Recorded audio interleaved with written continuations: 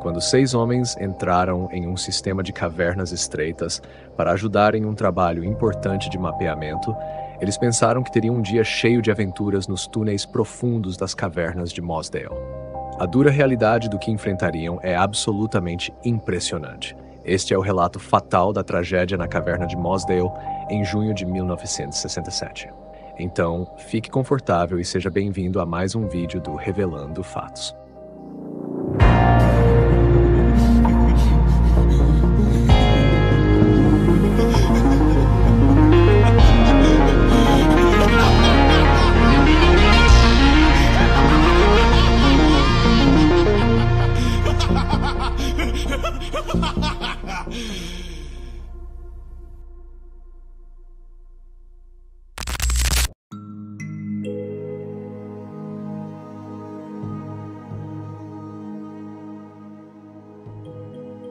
Dez exploradores se aventuraram no sistema de cavernas de Mossdale, com o objetivo de explorar e ajudar a limpar algumas das passagens mais profundas para mapeamento adicional.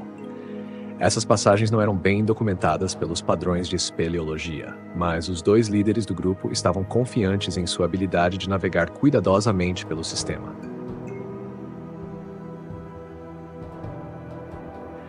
O líder de 26 anos, Dave Adamson, e seu amigo Jeff Burrow já haviam explorado Mossdale muitas vezes antes. Esse sistema de cavernas não era muito adequado para turismo, pois havia muito poucas áreas onde uma pessoa poderia ficar completamente em pé. Era principalmente uma exploração árdua, rastejando ou se espremendo por espaços molhados, cheios de pedras e lama. Por isso, após algumas horas, 4 membros do grupo, 2 homens e 2 mulheres, voltaram conforme planejado.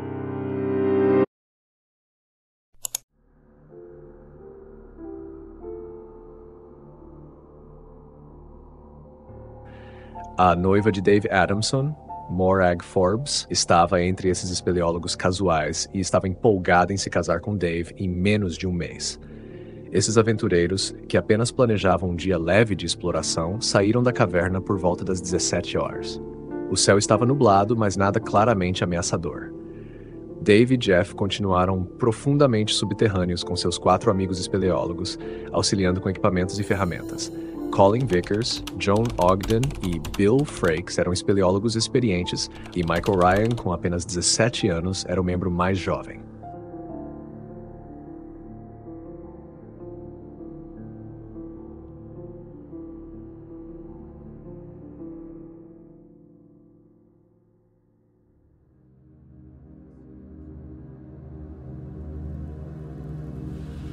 Neste ponto do dia, os homens estavam começando a rastejar pela passagem Far Marathon. Este túnel claustrofóbico tem o comprimento de 3 campos de futebol, mais de 270 metros de rocha estreita, com um leve fluxo de água ao longo do fundo. A passagem Far Marathon deve ser manobrada em uma única direção, pois tem apenas 45 centímetros de largura por 30 centímetros de altura, mal o suficiente para uma pessoa de tamanho médio se puxar ao longo. Imagine rastejar em um espaço não muito maior que a tela do seu computador, com os ombros presos para frente, sem espaço para estender os braços ou alcançar a cintura ou as pernas. Virar-se não é uma opção. Uma vez que você se espreme para dentro, está comprometido por pelo menos 1 hora.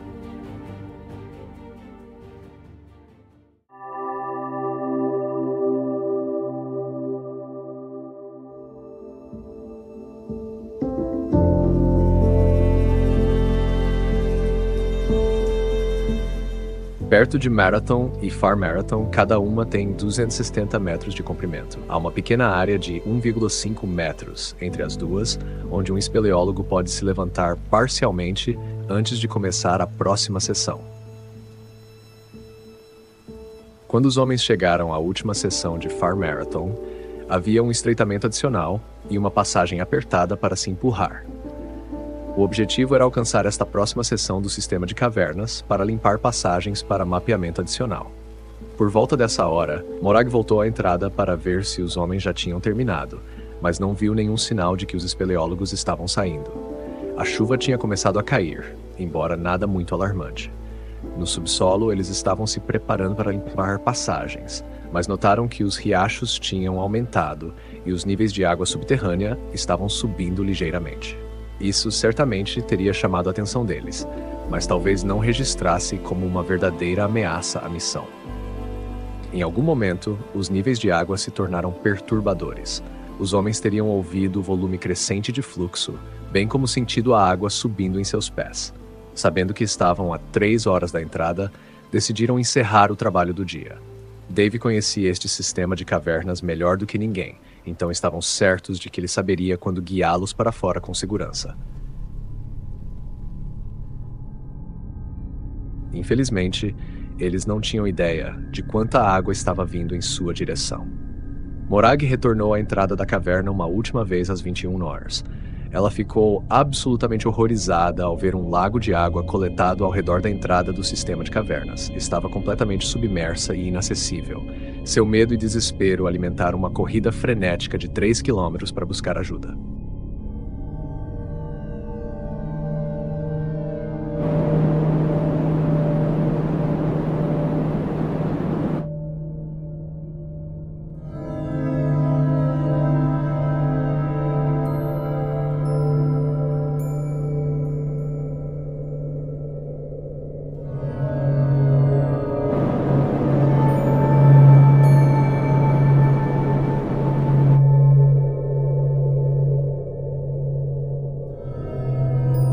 Os homens estavam voltando pela passagem Far Marathon.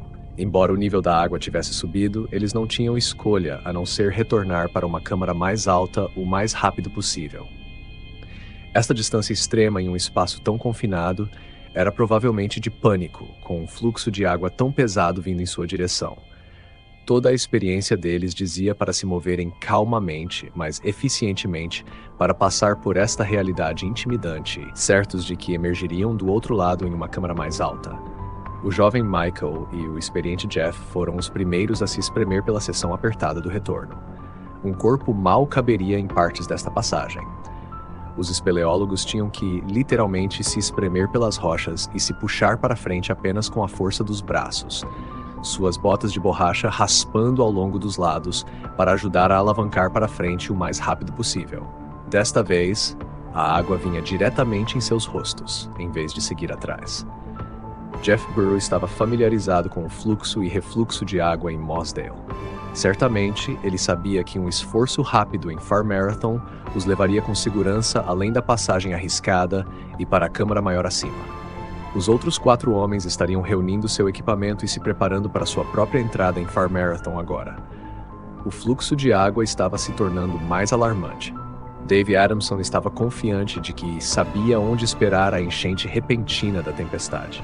Esses espeleólogos experientes começaram a avançar com toda a pressa em mente. Jeff e Michael começaram a lutar contra a enxurrada de água que enfrentavam na passagem apertada. A água subiu acima de suas mãos e depois de seus ombros. Eles tentaram encontrar a fenda mais alta na passagem para levantar seus rostos enquanto a água corria para dentro do túnel. Michael teria perguntado a Jeff o que fazer, para onde ir. A quantidade de água inundando a passagem estreita só estava aumentando.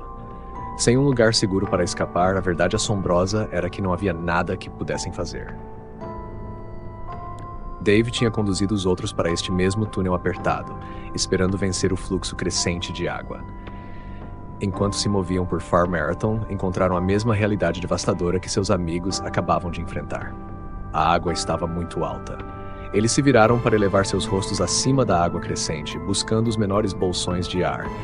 Mas claramente não havia escapatória dessa armadilha. John Ogden provavelmente foi o último no túnel e ouviu os gritos desesperados de seus amigos para voltar.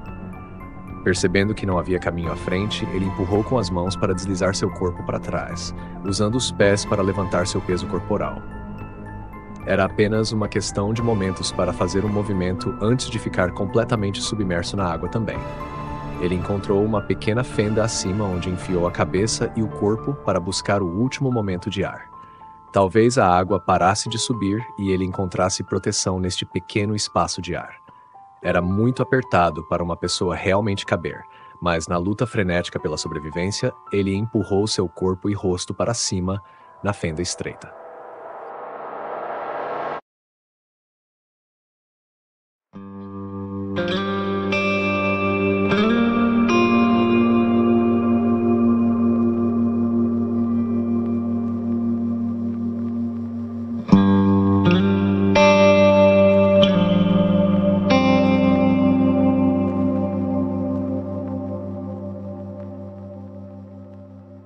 Do lado de fora da caverna, um esforço de resgate completo estava começando. Estava claro que a entrada da caverna estava completamente bloqueada por um lago de água, mas ainda havia esperança de que os homens tivessem encontrado uma câmara segura para esperar até que os níveis de água caíssem. Os resgatadores vieram em massa.